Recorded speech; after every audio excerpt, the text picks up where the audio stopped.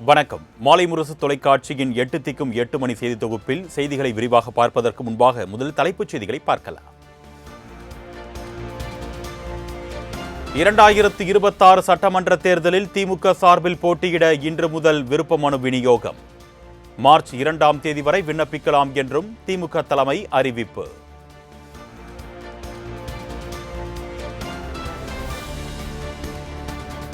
முதலமைச்சர் மு.க.ஸ்டாலின் தலைமையில் இன்று மாலை திமுக மாவட்ட செயலாளர்கள் கூட்டம்.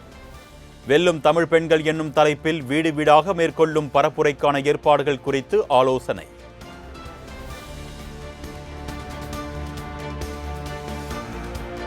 இனி ஒவ்வொரு ஆண்டும் கோடைக்கால சிறப்பு தொகை வழங்கப்படும். தமிழக சட்டப்பேரவையில் அமைச்சர் கீதா ஜீவன் அறிவிப்பு.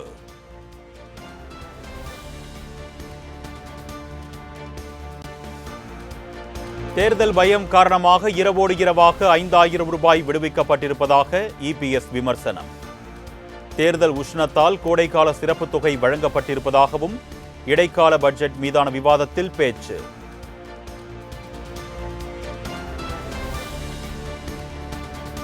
ஆட்சிக்கு வந்து எந்த ஒரு உருப்படியான திட்டத்தையும் திமுக நிறைவேற்றவில்லை என்று எடப்பாடி பழனிசாமி விமர்சனம். அதிமுகவின் வரலாற்று சாதனைகள் மீது ஏறி சவாரி செய்ய ஆசைப்படுகிறார் முதலமைச்சர் மு.க.ஸ்டாலின் என்றும் சாடல்.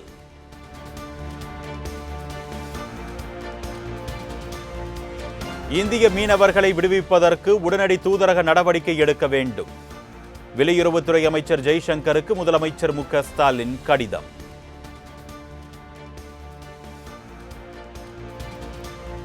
தமிழக மீனவர்கள் கைது தொடர்பாக மத்திய அரசுக்கு மீண்டும் கடிதம் மட்டுமே எழுதி தனது கடமையை முடித்துக் கொள்கிறார் முதலமைச்சர் மு.க.ஸ்டாலின்.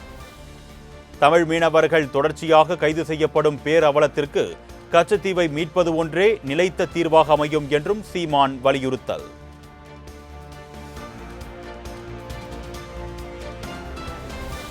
கட்சி தொடங்கி 20 ஆண்டுகளுக்கு பின் முதல் முறையாக திமுகவுடன் கூட்டணி வைத்தது தேமுதிக. சென்னை அண்ணா அறிவாலயத்தில் திமுக தலைவர் மு.க.ஸ்டாலினை சந்தித்து கூட்டணியை உறுதி செய்தார் பிரேமலதா விஜயகாந்த்.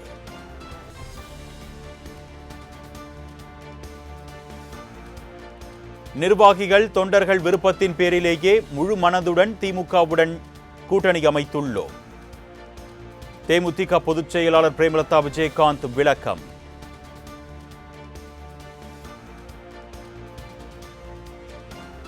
வருகின்ற சட்டமன்ற தேர்தலில் திமுக கூட்டணி 200 தொகுதிகளுக்கு மேல் வெல்வது உறுதி. பழம் நழுவி பாலில் விழுந்திருப்பதாக திமுகவுடனான கூட்டணி குறித்து பிரேமலதா கருத்து.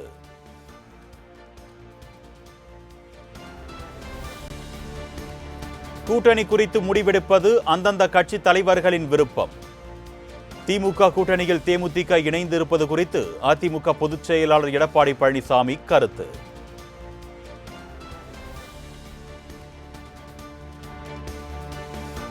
தன் வாழ்நாள் முழுவதும் திமுகவை எதிர்த்து மக்கள் பணியாற்றியவர் கேப்டன் விஜயகாந்த்.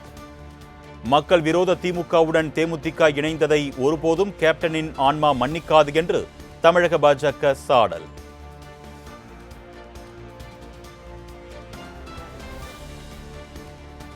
திமுக கூட்டணியில் தேமுதிக இணைந்திருப்பதால் காங்கிரஸ் கட்சிக்கு எந்த அழுத்தமும் இல்லை. கடந்த 2 ஆண்டுகளாகவே தேமுதிகவை கூட்டணிக்கு கொண்டு வர வேண்டும் என்று கூறி வந்ததாக செல்வ பெருந்தகை விளக்கம்.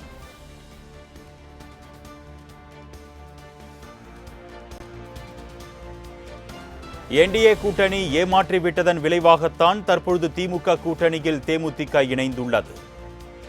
திமுக கூட்டணியில் தேமுதிக இணைந்தது குறித்து செல்வ பெருந்தகை மாலை முரசு தொலைக்காட்சிக்கு பிரத்யேக பேட்டி.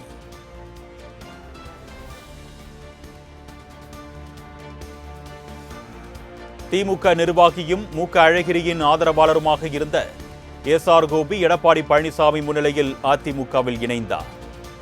திமுகவில் உண்மையாக உழைப்பவர்கள் புறக்கணிக்கப்படுவதாக எஸ்.ஆர். கோபி குற்றச்சாட்டு.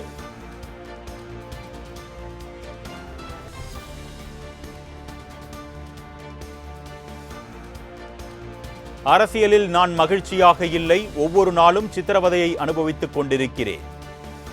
விருதுநகரில் நடைபெற்ற நிகழ்ச்சியில் மதிமுக முதன்மை செயலாளர் துரை வைகோ உருக்கம்.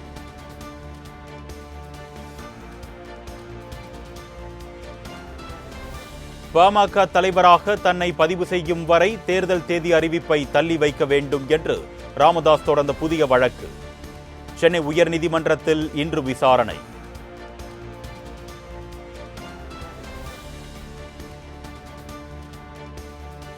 தென்கிழக்கு வங்கக்கடலில் இன்று உருவாகிறது புதிய காற்றழுத்த தாழ்வு பகுதி.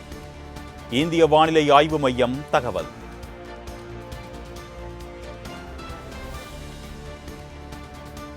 கன்னியாகுமரி, நெல்லை, தூத்துக்குடி, தென்காசி, விருதுநகர், தேனி ஆகிய 6 மாவட்டங்களில் நாளை கனமழைக்கு வாய்ப்பு.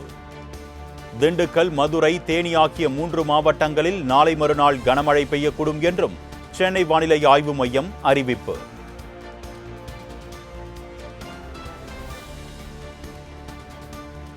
எழும்பூர் ரயில் நிலைய மறுசீரமைப்பு பணிகள் காரணமாக புறநகர் மின்சார ரயில் சேவையில் இன்று முதல் 45 நாட்களுக்கு மாற்றம். கிளாம்பாக்கம், தாம்பரம், செங்கல்பட்டுக்கு வழக்கமான பேருந்துகளுடன் கூடுதல் பேருந்துகள் இயக்கப்படும் என்று மாநகர போக்குவரத்து கழகம் அறிவிப்பு.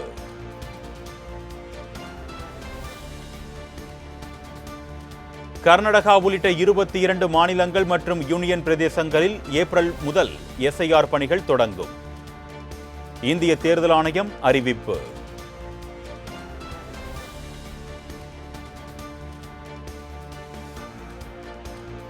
சமூக நீதி என்ற பெயரில் பேருந்து பயணம், உணவு என எல்லாவற்றையும் இலவசமாக கொடுத்துவிட்டால் மக்கள் ஏன் வேலைக்கு செல்ல வேண்டும்?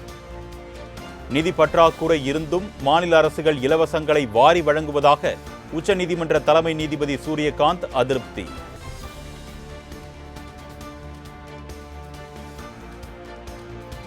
ஏஐ உள்கட்டமைப்பு மற்றும் தொழில்நுட்ப மேம்பாட்டிற்காக 10 லட்சம் கோடி ரூபாய் முதலீடு செய்யப் போவதாக முகேஷ் அம்பானி அறிவிப்பு.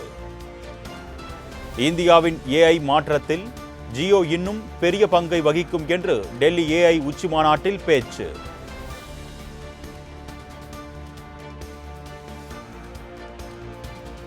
அமெரிக்காவின் வாஷிங்டன் டிசியில் விரைவில் நடைபெற இருக்கும் மேயர் தேர்தலில் தமிழகத்தைச் சேர்ந்த ரினி சம்பத் போட்டி. தேனி மாவட்டத்தை பூர்வீகமாக கொண்ட ரினி சம்பத் ஜனநாயக கட்சி சார்பில் போட்டியிடுகிறார்.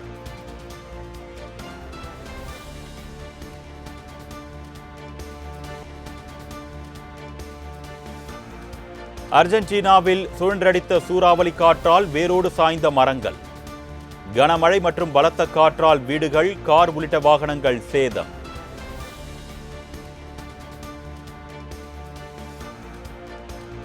T20 உலகக்கோப்பை தொடர் லீக் போட்டியில் 82 ரன்கள் வித்தியாசத்தில் கனடாவை வீழ்த்தி ஆப்கானிஸ்தான் அணி அபார வெற்றி.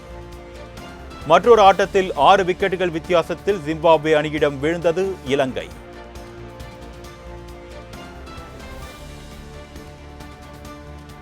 T20 உலகக்கோப்பை லீக் சுற்று போட்டிகள் இன்றுடன் நிறைவு. இரவு 7 மணிக்கு நடைபெறும் போட்டியில் ஆஸ்திரேலியா, ஓமன் அணிகள் மோதல்.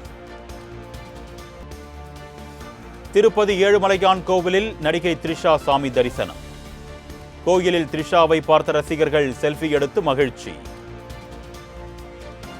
மணப்பெண்ணின் பிரத்யேகமான திருமணம் விவாஹா தி சென்னை சில்க்ஸ்.